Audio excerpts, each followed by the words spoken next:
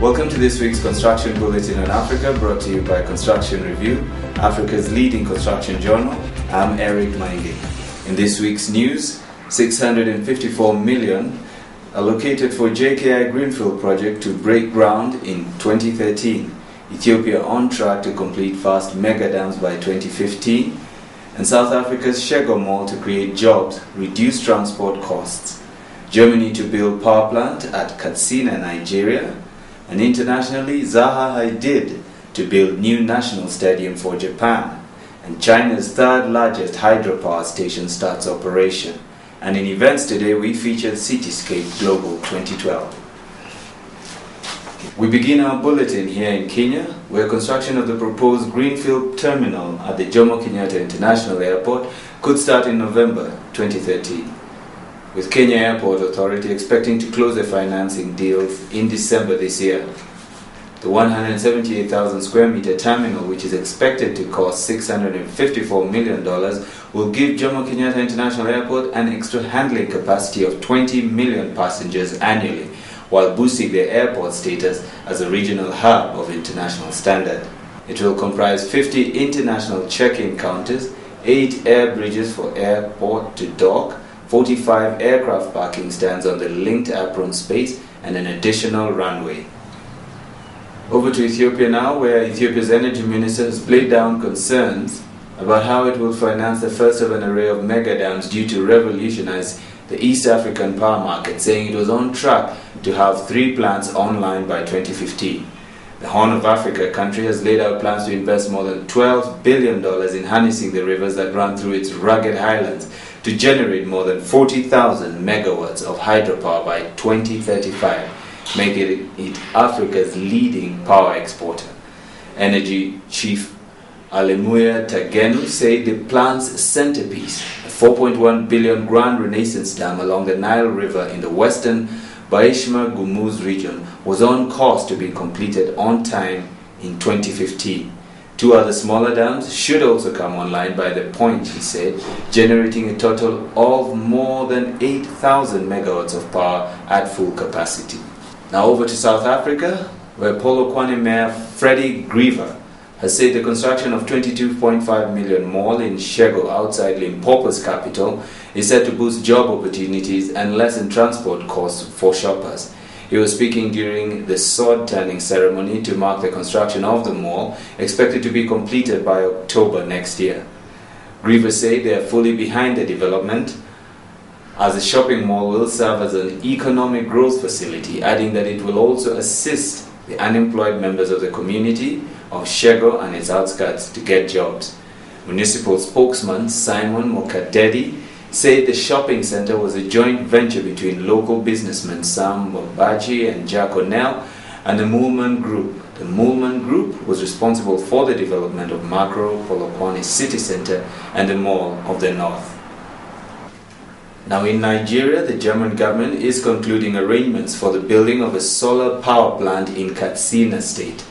The German ambassador to Nigeria, Mrs. Jeanette Wenzel, who visited Katsina recently to launch the solar power plant, disclosed that the power project was part of the German-Nigerian Energy Partnership.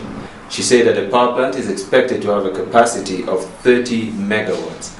The ambassador was accompanied by high-ranking German economic representatives, together with the governor of Katsina, His Excellency Dr. Ibrahim Shehu Sherma, launched the capacity building project in a ceremony well attended by many representatives of the government and society.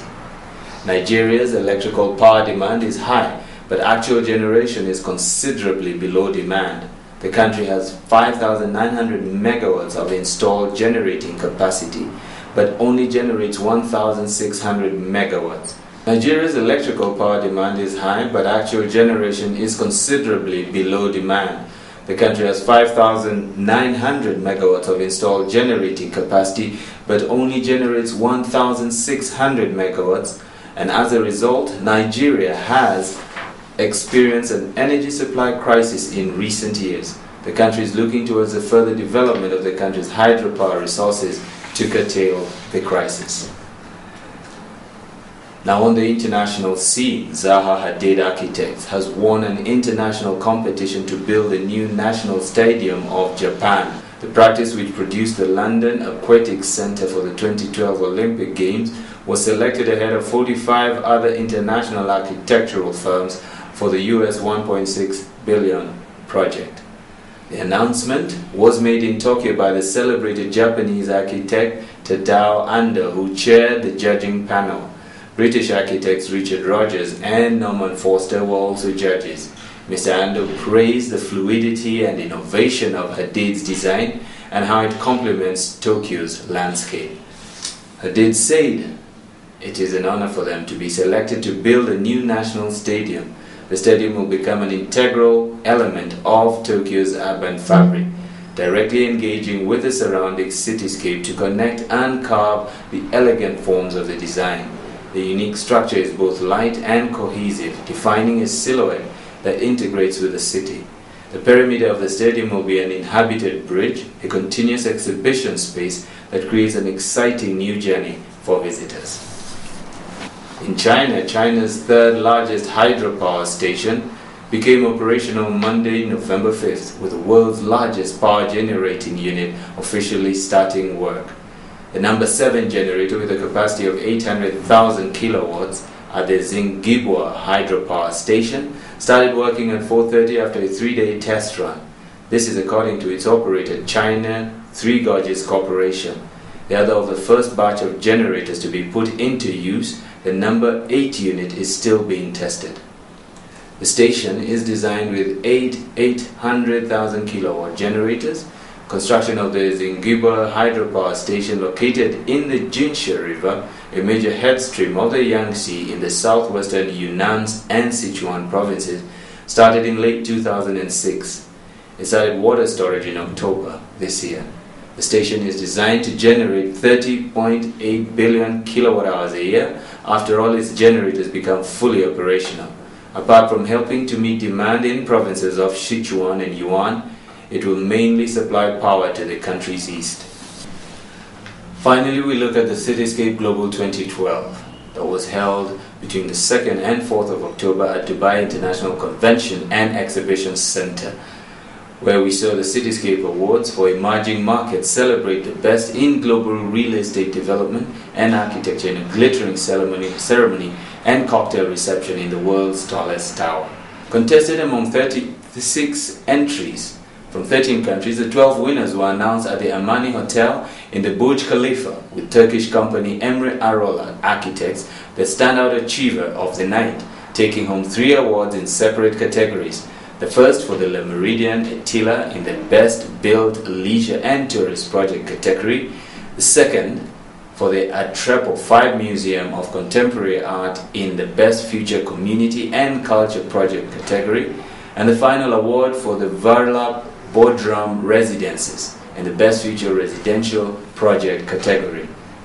Abu Dhabi-based developer Zaru Real Estate and the Architectonica flew the UAE flag at the hotly contested international awards event, taking home the Best Built Commercial and Mixed-Use Project award for the recently completed Sun and Sky Towers development on the UAE's capital's Reem Island.